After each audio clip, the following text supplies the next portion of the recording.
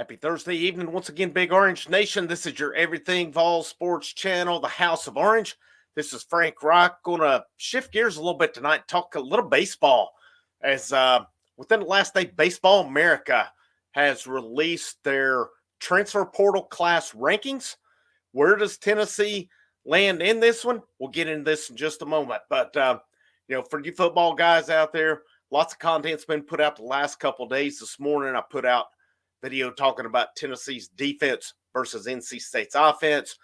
Put one out this evening around 4 o'clock talking about the importance of the neutral site game to Tennessee.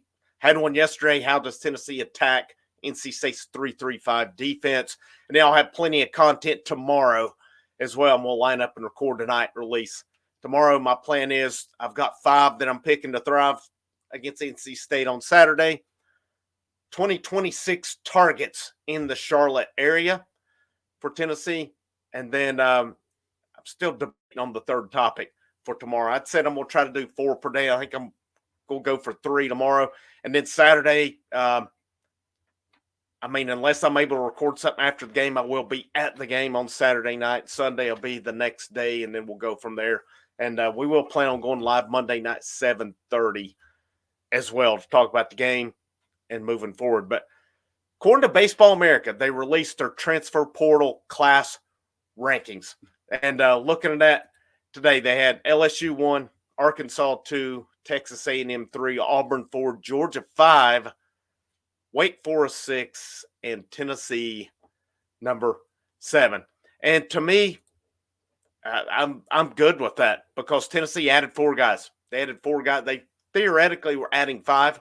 But you had Radicek, the first baseman from Niagara, was drafted by the Marlins. He did choose to sign. I had predicted that the entire time through that draft process. And so that was no surprise to me. But Tennessee's portal class, they added Andrew Fisher. He's listed as an infielder from Ole Miss. My prediction is he'll play the outfield. I expect him to be the left fielder, because Dean Curley is going to be your third baseman. I'll talk about the middle infield here in a minute. Now, Fisher could play first base possibly, as that is an option that's going to be open, but he's going to be contending with Dalton Bargo. You're going to have Blake Grimmer, who's a young guy who Tennessee is high on, who could potentially play over there as well, or possibly one of these, hot shot freshmen that's coming in. Of course, Tennessee has the number 1 ranked recruiting class, and they only lost 4 guys from it. And to me, and this is nothing against him, 2 of them were guys that, it was Ty Southseen was one of them. And then you had, I can't remember it was one of the pitchers, I believe it was, who was drafted by the Mets later. I'll have to go back and double check that, and that one's slipping me off the top of my head. But I know they lost 2 guys to it. It could have been one of their shortstops. But anyhow, most of Tennessee's class made it to campus. Now, there was only 1 first baseman listed on the class according to Perfect Game. That was Jack Jones out of Kansas. So I don't know that he'll continue. Maybe he does. I'm not sure on him. There's not a real scouting report on him from Perfect Game, but could some of these other guys possibly move over there as well? But Fisher, to me, plays left field, possibly first. My guess is left field, and maybe when it boils down to it, DH. But I don't think he comes to Tennessee just to be a DH. I really don't, especially as high as he ranked in the portal. They also got his teammate. Well, let me go offense and then I'll go to pitching. They also got Gavin Keelan, Louisville infielder, he and Fisher both considered top 100 prospects for next year. All things equal to me, Keelan plays second base next year, because if Ariel Antigua's bat is good enough and he's in the lineup, you cannot sit here and tell me there's a better defensive shortstop on this roster than Ariel Antigua. And it's nothing against anybody else. That's how good he is. Now, I've not seen these freshmen coming in.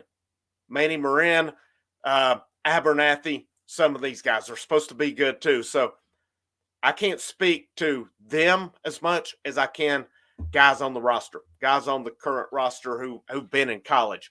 Based on those guys, it's not close. And that's nothing against Keelan. That's nothing against Dean Curley or anybody else. Ariel Antigua is that good at shortstop. My guess is if he's hitting, he is your shortstop. Keelan plays second base. Again, first base could possibly be Andrew Fisher.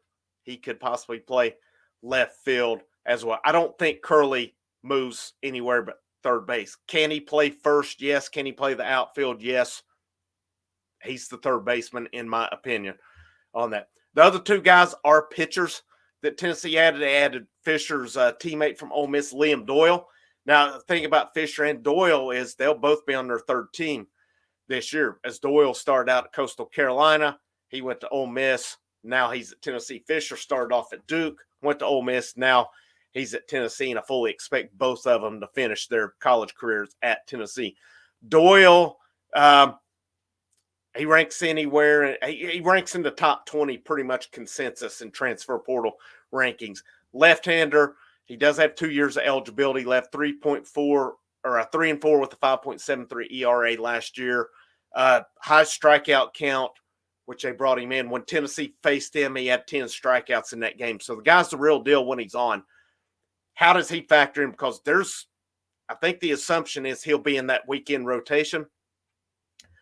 There's going to be a lot of talent coming in, though, from the JUCO ranks and from the high school ranks as well. I think there's going to be some of these guys that's going to have some say-so on that. I don't think there's any for sure in that starting rotation. I can see a true freshman in that rotation. I could see multiple, possibly true freshmen, because there's some studs coming in. And the highest ranked one is not one of them I expect in the rotation either. I know people are high on Siebert. He's supposedly injured. We'll see what comes up with him and where he goes. In talking to some people I'm talking to, I don't know that he's a starter. And he may be more of a relief guy. We'll see on that, though. Definitely wish him the best in his injury recovery. It is good he made it to campus as he was drafted as well. It would not surprise me to see Coons a vital part of that rotation this year. That guy, I think most assumed he was gone to the majors. Didn't work out, but it worked out for Tennessee. He is on campus, and from what I've heard, he's put on some good muscle already as well. That guy, I think, is going to be the real deal down here. 2 years of him based on his age, where he's at, and then to the draft. So I don't think anybody's guaranteed in that rotation. I would expect Doyle, but he's going to have some competition coming from the high school ranks and with the 6 JUCO pitchers coming in as well. There's some guys coming in that are going to do their job. And then the last one in the class is Tanner Franklin from Kennesaw State. He is from Jefferson County. I know he pitched a game at the end of the year for Kennesaw State where he went he went multiple innings. Let's put it that way with it. I see him as predominantly a relief pitcher, though. I mean, he's got to get the control part down because he averaged a walk per inning. That's a little high, but I know that I can assure you Frank Anderson, Tony Vitale, and his staff would not have taken this guy if he didn't have talent. So his stuff is there. It's getting the control over it, under control. Now, they did have the 5th edition, Eric Radachek from Niagara. He was drafted by the Marlins, as I predicted the entire time. If you listen to my baseball videos, he did sign. It made no sense for him to come based on his age, where he was at, and he was very thorough and knowledgeable about the process. I appreciated where he was at in his interviews that he gave on that. But to me, you got 4 guys and you rank 7th. That's pretty good. That's called quality over quantity. Some of these teams ahead of Tennessee in the portal rankings brought in a lot of guys. Tennessee brought in 4. They brought in what they needed. They're bringing in JUCO guys where JUCO is still a vital part of college baseball. It may not be as much basketball or football anymore. It is with baseball. And then this freshman class is the best freshman class that's ever stepped foot on Tennessee's campus. Fall ball's just around the corner. I'm not sure the exact dates on that. I'm going to do some fall ball position previews coming up here in the next couple of weeks because I think it's interesting to look at who's come to campus, who's back, how we get into it. I did do some way too early lineup projections back in the spring. I'll attach those playlists here at the end. But man, it's exciting to me. I'm curious to see. I think fall ball is going to be a knockdown drag out. There's a lot of talent, and there's outside of maybe Hunter Inslee in center field. I don't know if there's another given position on that team. Um, a lot of there's a lot of hungry freshmen coming in. There's hungry JUCO guys coming in. There's going to be guys who didn't play a lot last year hungry to come back. I'm excited to see how this team develops. I'm excited to see what comes out of fall balls. It's going to be fun this year. Frank Rock, House of Orange Sports Channel. Hit the thumbs up. Make sure you share it out. We are 71 away from 2,000. It's a struggle getting to 2,000 right now, as that 1,800 to 1,900 went quick. It went very quick based off of about 2 videos. Stuff in the last week has not been catching on for some reason, but we'll keep on going. We'll keep on rocking with it. Hope you have a great rest of your evening, and go Vols.